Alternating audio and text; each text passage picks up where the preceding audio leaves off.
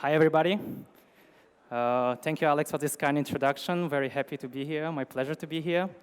What I'm going to talk today to you is the case of Beiersdorf, how Beiersdorf does its direct-to-consumer business through Amazon Marketplace, and how Beiersdorf tries to be visible, shoppable, and lovable.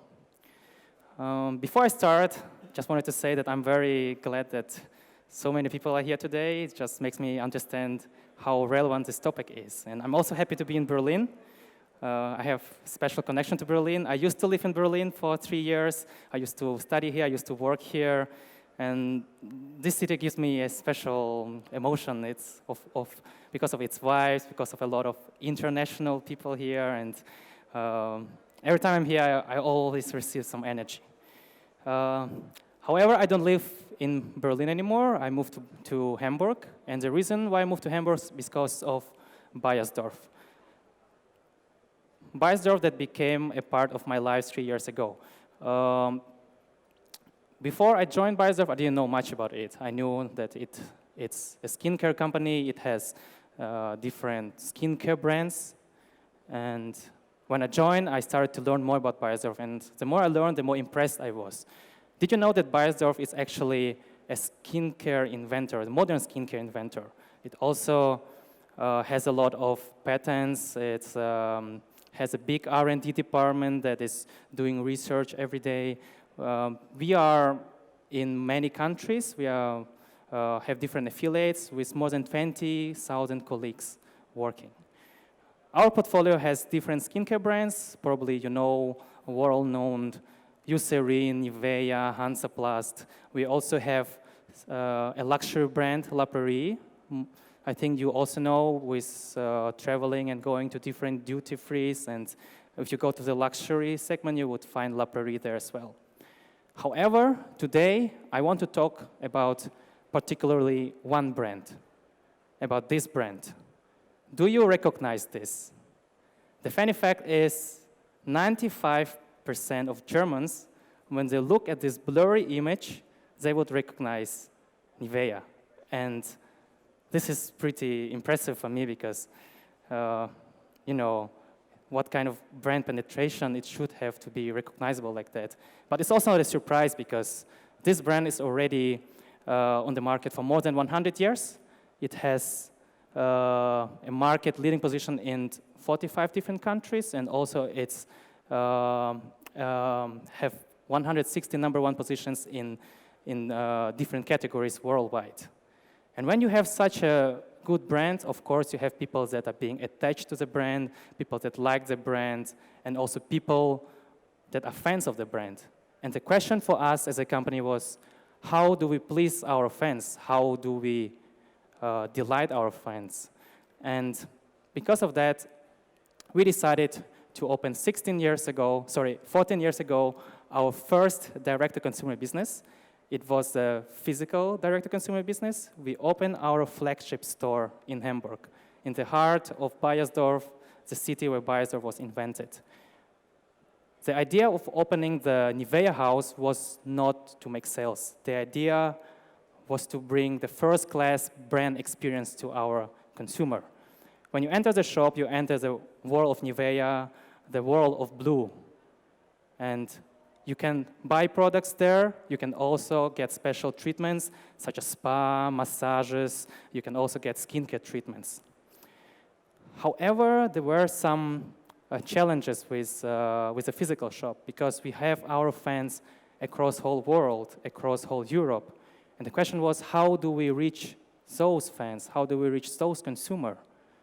With the development of e-commerce, it became more easy. We opened our e-shop in Germany, we opened our e-shop in Austria, but it was still enough. It was only 2 countries. But Amazon was also developing. Amazon had a really nice fulfillment network that could reach our customers across whole Europe. And we said, okay, why not? Why not going to Amazon, and why not list our products there? That's how we opened our NIVEA Haus at Amazon. We listed our products in 5 different marketplaces, so in the United Kingdom, in Germany, in Spain, in France, and in Italy. From those 5 marketplaces, we could reach our consumers in different countries in Europe. I just wanted to give you an insight of what kind of business you could do as a brand with Amazon. The first one is a B2B business. It's a classical retail business when you sell to Amazon and Amazon will sell your products to the end consumer. The second business is a direct-to-consumer business. When you list your products on Amazon, when you are the owner of your stocks, when you have full control of your listings, you have control of your price, your content, and also you have connections and access to your consumer. And this is the direct-to-consumer business, and I'm being responsible for this business at Beiersdorf. And today I want to talk more about this business. Of course, there are some advantages and disadvantages of this model, but the benefits of doing Amazon seller business are as follow. The first one, you would have the same visibility as you would do the retail business of Amazon. Since Amazon is the most visited platform in many countries, you would enjoy the traffic. You would be visible by listing your products there. The second thing, Amazon provides different brand building tools. It's excellent content. You can also upload different images, different visuals. And for us, it was not only about sales. We wanted to list our products there so our consumers could go to Amazon, could research about our products, could research about the brand, and could learn about the brand more. And this is the brand experience we wanted to give to our consumers as well. The next thing, when you do direct-to-consumer business, you also have access to your consumer. You would receive messages from them, you receive feedback, and all of this is very valuable because you learn from your consumer, you can take this knowledge and you can improve your products, improve the brand experience for them. And last, it's also sales. It's additional sales model that can also bring additional net sales to your business. So we have been doing this business for already 2 years, and we gathered some learnings. And today, I wanted to share with you some of our learnings. I have divided them into 4 different categories. We have assortment, we have content, we have marketing activities, and we also have customer support. Let's start with the assortment. So when we talk about the assortment, there are 3 things I wanted to tell you today. 3 things that we learn. It is important to have exclusive assortment when you do seller business. Exclusive means that you are the only owner of your listing and you don't sell this product to any retailers. In this case, you have control over your price, you can do different experiments with your products, and you have really a lot of flexibility. The second thing is you have to have a higher price tag. Why? It's because when you do business on Amazon, you have different fees that you need to pay to Amazon, and when you have higher price tag, you can cover those fees. The last thing is an e-com ready product. Since we're doing e-commerce, your product should be ready for that. Your product should be understandable for the consumer and also have a good packaging that it's not leaking and it's not being damaged. Just imagine the situation, and I assume many of you had this situation already when you order something from Amazon and then it's being delivered and you receive it being damaged. Of course, it's not the best experience, and we don't want it to our customers. We want them to have a really good experience. When we look at our assortment, as I already mentioned, we have exclusive assortment. This is not that we normally sell to different retailers. This is what we sell only through our direct-to-consumer channel. We have a NIVEA Professional skincare range. It's both care and makeup. This is a range that we treat our consumers at NIVEA houses, and we receive really good feedbacks about these products. So we decided, why not roll it out to whole Europe? Why not offer it on Amazon as well? We have Audit-to-Let as a range as well, and it worked really good for us. I will talk about it a little bit later. We have different gift sets built around our exclusive products. We have the home range built around our iconic scent, the NIVEA Cream Tint scent. So home diffusers, candles, also massage oil. And we also have various fan articles, such as towels and also famous NIVEA beach ball. When we talk about e-com ready product, we have a really good example. This is our Audit-to-Let range. we have 2 perfumes for women, and they are built on our iconic scent, the scent of eau de toilette cream, and of cream tin, and the scent of NIVEA sunscreen. Imagine you go to buy perfume. You go to the physical store, you try to smell the perfume, you like it, then you buy. In the online world, it's completely different. You don't have a chance to smell it. We solved this issue with a familiar scent, since most of the household, they have NIVEA tin at home, they have sunscreen at home, so they know the scent of the smell, and they also love it. Also, this product has a really nice packaging. It's a perfect fit as a gift, and it's also easy to ship. And when you have such nice products, of course, you cannot fail with those products, and you only succeed. And for us, as you know, NIVEA is not it's a skincare brand. We don't focus on creating perfume, but when we list those products on Amazon, from time to time, and most of the time, we are bestseller on the category, and this is very impressive, and I'm really proud about these products. Moving on to the learnings in the content part. When we talk about content, there are 3 things I wanted to talk to you today. It's, probably you all know SEO, so content has to be optimized. Also, since most of our consumers, they use mobile to shop, it's very important to have visuals that are mobile-ready visuals, and it's important to have backend information about your products, such as size of your product, weight of your product, also those keywords that you don't want to have to be visible on the front end, you can also include them in the backend.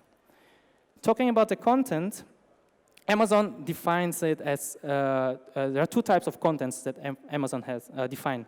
The first one is the index content, which is being crawled by Amazon algorithm, search algorithm, and the second one, which is not crawled. When we talk about index content, we talk about title, we talk about description, we talk about bullet points. If you go on Amazon with your mobile, such content, they are being very, very in the bottom, and you don't really see them. And for us, the learning is, if it's not visible for consumers, we use them as a place where we integrate different keywords to be searchable and to be visible with our listings. And that's what we did. We include different keywords there, and of course, they should be visible. They should be relevant, because we don't want to be found by something that our consumers look for, but it's not relevant for them. The next thing are visuals. We use visuals mostly as a converting tool, because when you go, again, with your mobile, the first thing you would see on the product detail page are the visuals. And we thought, okay, if visuals are the first thing they see, why not making them as a thing to explain about our product? And we developed different visuals, we test them, and from our side, what is working the best, here on the slide, we have the visual with different bullet points, a short text that will explain what is this product about. So from the first point, first interaction, first touch, our consumers already understand what this product is about, whether it fits them or not. We also have a visual with different sides of the package, because we learned that our customers like to read details, especially German customers. And we're just being transparent. We don't hide anything. We show all the information that we have about our product. We also have the visual showing what is inside, what kind of cream, what the consistency it has. We also have image showing the size of the product, and the best way to display the size is to show it together with the hand. We have the image that shows the whole range. So if someone is interested in other products, other relevant products, they can also look for those products. And the last one is the image showing the effect of the cream, the after and before effect. Marketing activation. Marketing activation is very important as well. I would say you would not succeed doing Amazon business if you don't invest in marketing. There are 3 things about marketing. The first one is SEA. Yeah, it's performance marketing that you could use on Amazon, and Amazon provides different sponsor products for that. It's also external traffic that you could drive from outside Amazon to Amazon product detail pages. And it's also different special events that Amazon organizes. Let's go more deep into that. When we talk about SEA, and you as a consumer, you would go to Amazon, you would try to search for your product, you type a keyword, and the search result would show you something like this. And if you would look closely, the first thing you see is actually sponsored ads. You have sponsored brands ads, you have sponsored product ads, and it's better if you would be there because this is the first thing that customers see. And if you are not there, your competitor will be there. And we, as NIVEA, we don't want our consumers to search for NIVEA products and in the end finding products from the competitors. This is the not best consumer experience for us. External traffic is very important, especially when you list new products. When you are having a new product on Amazon, normally your organic ranking is really low. What does it mean? It means that if customers searching for your product, it will end up somewhere in the page number 20, page number 10. So basically, the pages when people are not usually click on.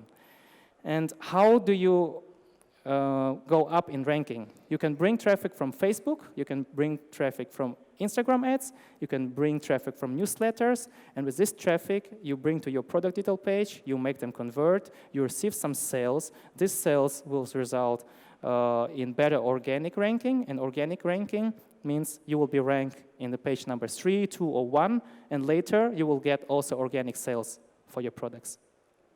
The last thing is the special events. Such events as Prime Day, Black Friday, winter sales, autumn sales, they're all important. Why? Because customers, they expect to have special deals on these days. They are in a shopping mood. They know that I go here on this day, I save my money, and I will for sure buy something. And when you have special deals on such days, yeah, you will for sure succeed and receive some sales, and because it's enormous traffic that Amazon drives to its platform on those days. And the last thing, the last learning we had is the customer support. When you sell on Amazon and customers are buying from Amazon platform, they actually buy from you as a seller. And the customers that are buying from Amazon, they're your customers as well, and you need to treat them well.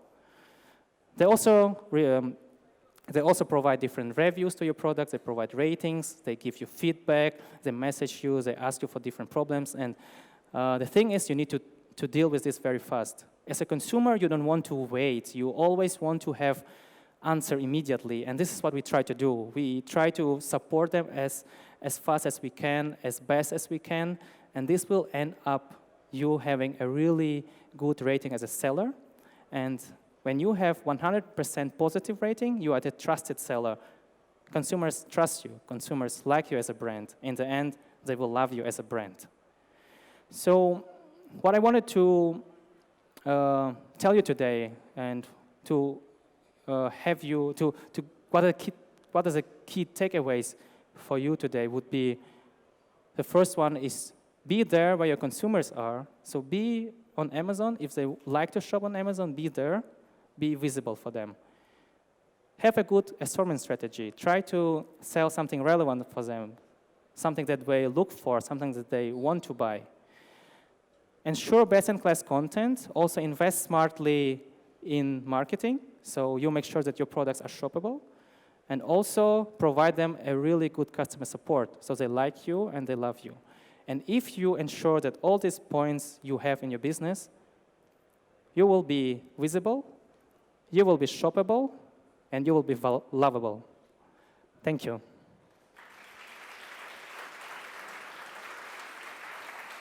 Tom Pham, everyone. Tom Pham. Do we have any questions?